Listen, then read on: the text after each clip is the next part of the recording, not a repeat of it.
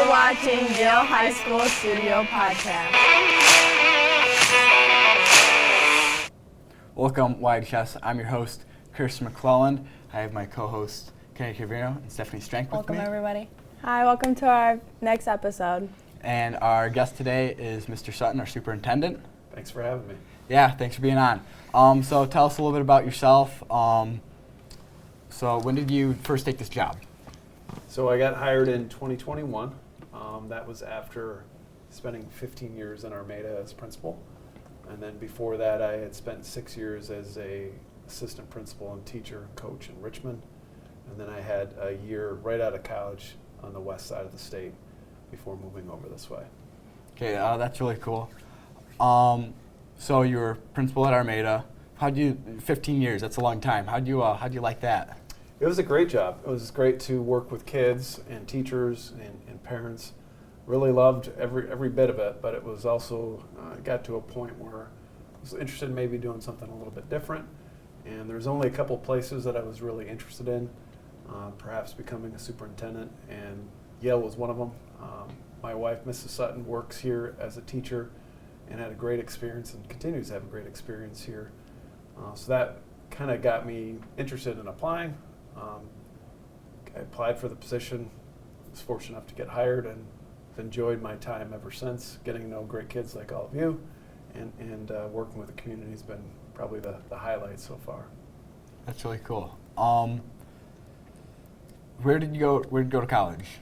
So I went to small college at Alma College is where I graduated from. Then I did my master's degree at Saginaw Valley. Alma was great for me because I went to a really small school, graduated with 36 kids. So I needed a smaller school, like a Michigan State or Michigan probably would have been for me. And Alma was small enough where I got to know a group of friends and really helped me get on the right path. That's really cool. Yeah. So there's a committee that you meet with students. What is all that about? Yeah, so I think we started that about 4 years ago. We have a junior high group and a high school group, the superintendent advisory. It's about 4 kids from each grade level, and we get together probably about 3 times a year, and the students tell me the good things that are going on and then some things that maybe we need to work on. The feedback's been invaluable as we try to improve in every way throughout the district. And some of the things that have happened in terms of changes have come from those committees. Students. Yeah, you guys are telling us this is what we want. Some of those things are minor things like adjustments to partitions in a bathroom to bigger things like we want more electives. So we've tried to do some of those things, including the space we're sitting in now, to pull that off for you. And I think as a result, you guys are enjoying some of the different opportunities that are available. Yeah. Definitely. Stephanie, you're on the committee, or is it? Yeah, I'm on the committee this year. How do I was you on feel the. about I actually like it a lot.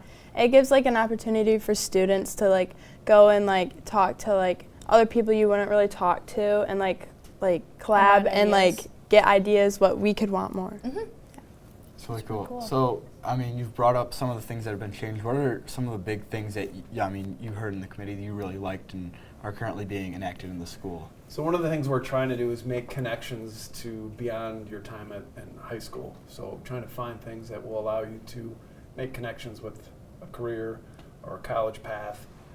So we're trying to do some things, and we're setting up things like mock interviews for all the seniors. We have that coming in April for all of you. That's one thing. We're looking at ways to do some work with competencies so that you could earn certain things like OSHA 10 certification. If you're going into a skilled trade, you have to have that safety certification. If you can get that done in high school, maybe that saves you time when you're in your career path. So we're trying to find some other things that are of value to you here that will put you maybe a step ahead. The other thing that we've tried to do is bring some of your college classes here by having Mr. Burse, Mrs. Mack teach some of those SE4 classes. Our teacher is teaching college classes is another thing we're trying to do to give you a leg up. I really like the having starting to get certifications and stuff here, because I know we have a lot of kids that are more blue collar and are planning on going right into working and stuff. Yeah. So I mean, like our tech program, all that stuff, I think is really cool. I think it gives a lot of kids that are in our community, and it shows that we're really focused on the people in our community and the students in our community, not just trying to send everyone off to college, because that's not for everyone, especially in this school district. Absolutely, and I think that is, we do have kids that are interested in a career path, and I think what we're moving to in our economy is a lot of things where skills are more important than necessarily a specific piece of paper that says you have a degree or you went here or there. You have to be able to do something with those things. Not to say that a degree isn't important, I'm not minimizing that. But just to show. But you have to be able to do something that someone is going to pay you for your knowledge, skills, or abilities. So, and finding those things are part of what we try to do for you, is to help set you on the right path. So like, you also have like the portrait of a leader thing that you've been like trying to give it out to our students. What is that?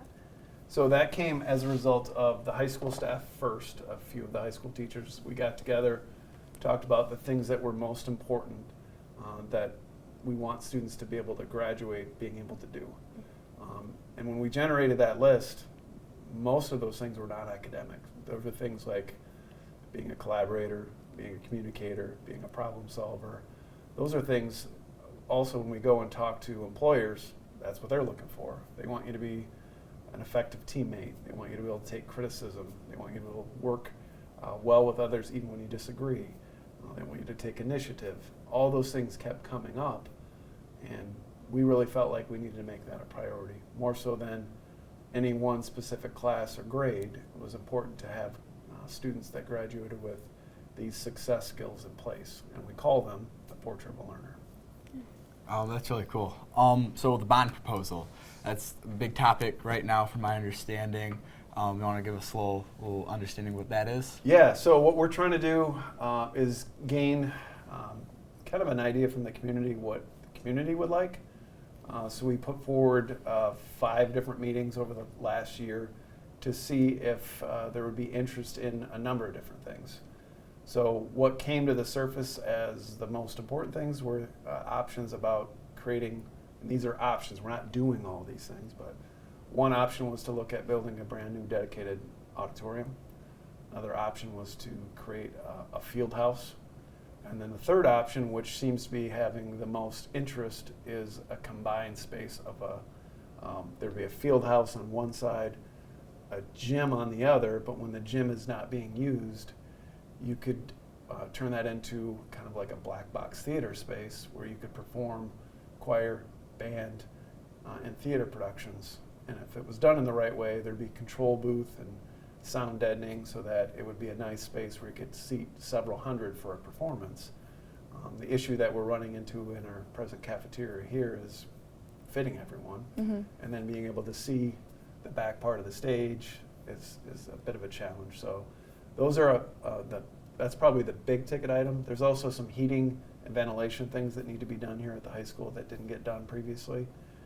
And then a few other things that we're considering depending on how much these other items cost. Where's the plan? Where do you want this set up at? Where are we planning on doing this if it happens? Yeah, so the plan would be to there's a small woods by the track. In that space, this center would be put. And actually, we might need your help in naming this place because we don't know what to call it yet. Something with Bulldogs or Yale somehow incorporated, but in this space, that's the practice football field, and the present track is, and north of the baseball field is where we put it. The plan would be there would be outside concessions with the ability to have inside concessions. So if there's an outside game, you roll up a door, you sell there. If there's an inside game or performance, you roll up the inside door and sell. Same thing with bathrooms. There'd be bathrooms for outside or for inside. And then probably the most important thing is that the community could use it. So on the field turf side of that, there'd be a walking track that people could use. There'd be some cardio equipment that people could use as well. And then pickleball is very popular. So on the gym side, there'd be dedicated times for people to play pickleball or do some other recreational volleyball. You say like the community can use it, so like how, like when can people use it? Will there be certain times, or is it like 24 hours? Or like day to like dawn? Yeah, it would not be 24 hours, but we would try to do things to set aside certain times within the day or days of the week, so that if we had community members that wanted to come in. We haven't set a schedule yet. I mean, this is all idea right now. Right. Yeah. We don't even know if the community will support it yet. Mm-hmm. But if it were to happen, we would probably set aside a couple days a week, from 6 to 10 or 3 till 8 or something like that, to allow our community to use the space. Okay, yeah. So why should people go like through with the bond? Like, what would make people like stick out and be like, oh, I really want to do this? It's a great question. One of the things that I would say is we're in a space right now that someone had, or a group of people had the forethought and invested so that we could be here in this nice high school. We are the only school in our BWAC that doesn't have an auditorium or an auxiliary gym. 4 of those schools have both. What I'm advocating for is our kids, our community, should have the same opportunities for those things. And I feel like having just a field house doesn't meet the needs of our band program, which is very strong, choir program very strong, and our growing theater program. I want to support those things. And if we had a field house, we wouldn't necessarily support those things. If we had an auditorium, it wouldn't help support our athletic programs. By doing this, we believe it does a little bit of both to help all of those programs. So I seen you had meetings already, like with everybody. Like, what are their suggestions about it, like or their what opinions? Like, what are about their opinions? So it's been largely supportive. We had a community survey. We had 415 people respond to that, and that has been something that has been well received. The ideas that we're presenting. There are some that are not in favor of some of the things that we're talking about, which is acceptable and normal. So that's why we have those things. We can refine the project list so that it's something that meets all of your needs and the community needs. But really, it's been a very positive thing in those meetings. Yeah, that's good. This is something the community votes on, right? Yep. So on the first Tuesday in May, there would be a vote. And the community decides whether or not they're going to support either a no-mill increase, which means maintaining the same level of tax, or a 1 mil increase, meaning your taxes would go up a little bit. The Board of Education hasn't decided yet which direction they're going to go. We are working to get prices, firm prices from our construction management firm before we do that. So once we have those, we will present a plan, most likely in December, on what we would do, and then we go out to the community and tell them exactly what we're doing. And then you kind of said something about a turf field, so we'd be getting a new field for football. Yeah. So the turf is a practice turf. It's not for competition. Okay. That is on the inside. That can be used for marching band for their practices, soccer off season. It can be used for baseball, softball. It would have hitting nets that would drop down. So that would be off season stuff. That space is primarily for practices Okay. and a performance for our band, choir, and theater. So like we got into the football. So like we heard some things about the field, like what's going on there. Yeah, I'm so confused about that. I So don't even know. it's two things that have kind of gotten blended together, because if you have this Bulldog Center, whatever we end up calling it, you could have football games, you could move them to our football field. And that is something that has been talked about by our board. There are some things, if we were to continue playing at the park, there are a number of upgrades that need to happen. There's things that need to be done with the playing field. It needs recrowned. The bleachers are in need of updating. The press box, concession stand, the scoreboard, those are all things that the school owns. We don't own the field, but those are all things that need to be addressed. And what we're wondering about is, we don't own that space that's there in the park. We're guests in the park. Mm-hmm. And there's questions about, do we invest over $1 million into a place that we don't own? Yeah. So those are the things that we're, as a board, and myself, we're talking about what ways do we invest on things that we own. So no decision has been made yet, but we're talking about options for that. So I know I've heard throughout the school, in the rumor mill and stuff, that we can't do anything at the park because the park owns it, and we couldn't upgrade or do anything at the park or we couldn't do it. It has to be the town of Yale. It has to be the city of Yale. We couldn't touch anything there. Is that true, or is that just? There are some things. So we own the bleachers, we own the press box and the concession stand, and we own the scoreboard. It's on their space, though. The city is very good to work with, the city of Yale. It's not that they're saying, no, you can't do this or that. Okay. It's more of an investment to a space that we don't own. Mm-hmm. That's the part where the board is trying to decide which is going to be the best option. Okay, and then if we do move everything here on campus, what happens with all that stuff? Does it just go to waste, or does the city maintain it, or what? So the present press box, concession stand, and bleachers are all things that we would have to take care of as a school district. We can't leave it there because they might want to use that space for something else. Mm-hmm. So if we move the football field, those things would have to come down or be reused. At this point, I can't tell you what we've decided to do yet, but we're just kind of weighing options. So, like, with the bond, I have a question. So, once it does get passed, like, do you have, like, a future of what you guys are going to do from there to start it after you guys send out after that May vote? Like, you have an idea what's first step? It's a very good question because once something passes, it's not like an immediate thing. There's a lot of planning that goes in. We have to submit plans to the state of Michigan. You have to put things out to bid. You have to actually get the materials in and then get them put up. It could take a couple years before it's completed.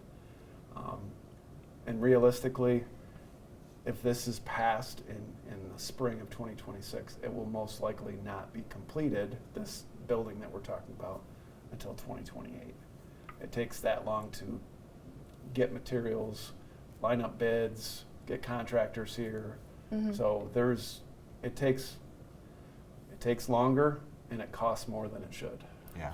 Those are common things that you'll hear quite a bit. Yeah.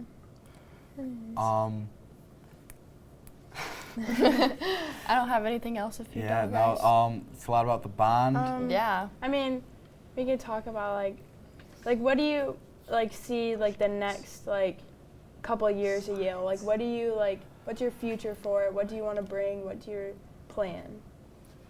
So really, when we think about those things, it's meeting what you want. It's meeting what the students want and meeting your needs for college or career or whatever pathway you're choosing. That's probably the most important thing for us, is meeting your needs. So what that might look like is increased opportunities. We brought in geometry and construction a couple of years ago. That's been very popular. So now we're trying to find other connected math experiences for kids in their junior and senior year. We're looking at more opportunities for career exploration using virtual reality headsets and exposures. So have you guys tried the VR things? Oh, Yeah. I have a one at home. Oh, do you? Yeah. My brother Oh my play games goodness. on it all the It's time. pretty realistic. It's crazy how realistic it is. Even the less realistic, more blocky games, Yeah. you feel like you're there. In the game. Absolutely. So, really it's going to be, and the other thing too is we're looking at exposures for all of you to get a little bit more well-versed in AI, so you can use it as a tool. So when you combine all those things, I think really it's going to be a decent amount of change and in building on the great things that we're already doing. So if anybody has an idea about what they want to bring to Yale, or just any idea at all, how could they reach you? How could they talk to you? Yeah, so there's a few different ways they can do that. The first way, I think that probably the easiest way would be having a conversation with their teacher or principal. And then, I've gotten emails from students with ideas in the past, usually ideas around a snow day of when that should happen. But also, you can certainly reach out to me. You could talk to someone that's on the superintendent advisory committees.